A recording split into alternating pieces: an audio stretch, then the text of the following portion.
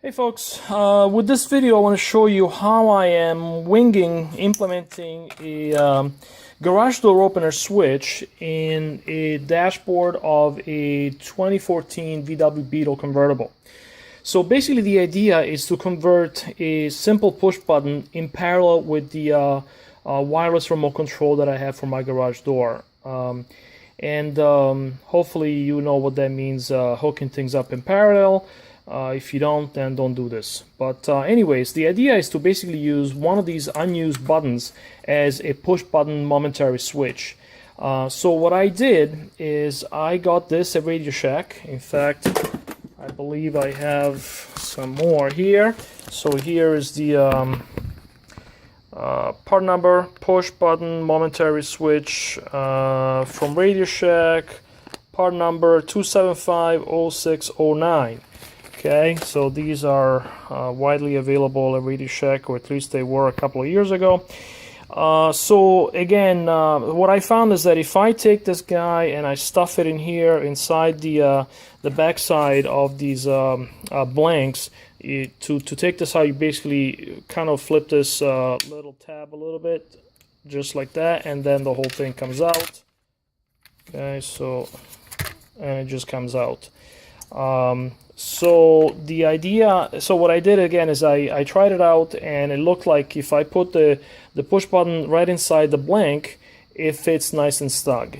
And basically it'll have to be glued, it will have to be epoxied in there, but again the idea is to make this a switch. So now obviously, as you notice, these guys are permanent and they don't move. What I found, I'll show you on the good one that I haven't touched yet, is that, let me put this down and get something that I can point with. What I found is that there are some tabs. There we go. So one tab is right here, very, very small. Okay, again, you probably still can't see it, but here we go. So here's one tab right there. Okay, so basically you just got to shave them with an X-Acto knife. There is another one right inside there, and another one right there. So here's the one that I already messed with.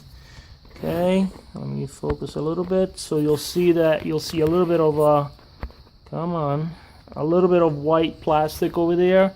That's because I shaved that just simply with an X-Acto knife. Anyways, once you do that, okay, see right there is shaved off.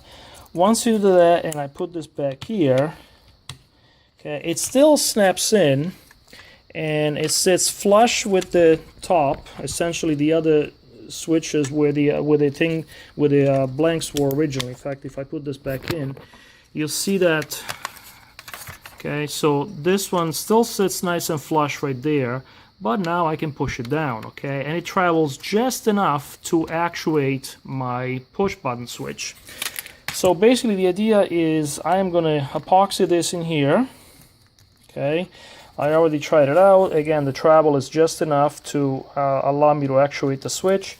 And now what I'm going to do is I'm going to take a piece of plastic, drill a hole to it, and then I'm going to glue it on this side. So basically just a piece of plastic like this with a hole right in the middle that the switch will go through, and I'm just going to glue it over here and then come over here, bend down and glue it right there. Okay, so that way I'll have basically a cover for this back area right here, and then obviously take the nut out and I'll be able to put this in from the front side, slide it in, put the nut back in and wire it up. To wire it up, I'm just going to basically run a wire. Okay, so to wire up the switch, I am basically going to take this, once it's over here with the wire coming out of there, fit it through the proper hole, and what I'm going to do is I'm just going to have it come out on this side right here. So here is where I am going to keep my remote control. It's just going to slide in here like that, and what I'm going to do is I'm going to open this up. I'm going to wire up my switch in parallel and then I'm just going to put a 3.5 millimeter jack right here, and then the wire from the other side will have the opposite end of the 3.5 the male end of the 3.5 millimeter jack, so that way I can take this out easily, replace the battery, which it's not very often at all, but at least I can take this out. If I sell the car, I can just take this out, and I don't have to mess with this. So I will show you when this is glued up and how this guy came out. Okay, so the project continues. What I found is a piece of my Craftsman mowing deck, grass collector, and nice thick plastic, as you can see. It cuts very well with just a blade and a file and so on. Okay, so basically I made a plug that fits roughly perfectly here into this hole, and I will glue it, of course, but it has nice thick edges so that it's nice and straight. And what I'm going to do now, I'm going to drill a nice hole in the middle of this, and the switch should fit right in, and then I'll test it out. Okay, so it is ready to be glued up. Basically, here's what the panel looks like, original look. However, now there is a push button right here, and it's not glued up, so I can't push it too hard. But basically, just want to show you, I made this, again, little piece of plastic plug here out of this thick plastic material, drilled a hole through it. It turned out that by putting the switch, a washer, and with a washer in between through the hole and then the nut on this side, seems to be the perfect height. As you can see, it is just a little bit proud, but that will allow me to basically have some adjustability. So what I plan on doing is basically, you will see that this is nice and flush. Right now I can move it just a hair on either side, up and down. Focus a little bit, up and down a little bit, and side to side, and basically the effect is that the button lines up nice and flush. So as you can see, I'm going to hold it back a little bit, but basically the button pushes nicely. Okay, and the proof is in the pudding. Let me connect some clip leads over here. And basically you can see on my meter, boom, close, open, close, and open. So it works perfectly, again, just by doing that, and it looks nice in OEM and nobody knows it's there. So I'm gonna glue it up. Okay guys, so yeah, here's the finished product after the glue process. Let me show you what the back looks like. Not pretty at all, in fact. You'll see that there is a lot of that white looking stuff that the glue created as a result of the outgassing and the drying process.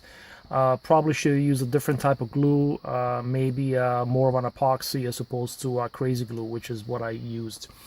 Some of it ended up spilling in the front. You'll see that it's kind of a little bit inside the eyelets here, the bezel right there, and a little bit on the side of the switch itself. A little bit spilled in the front right here. I don't know if you can see that little patch.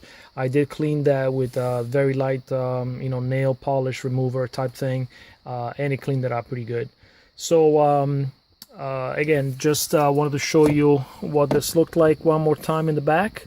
You'll see that I have the wire coming out there, and it's soldered directly onto my push button switch. So I'll show you how easy this is to put back in. Basically, you just line it up, doing this with one hand. Line up the front, and once everything's lined up, you just push it in there, at the top again, all the way around, and that's it. It's done. Okay, there.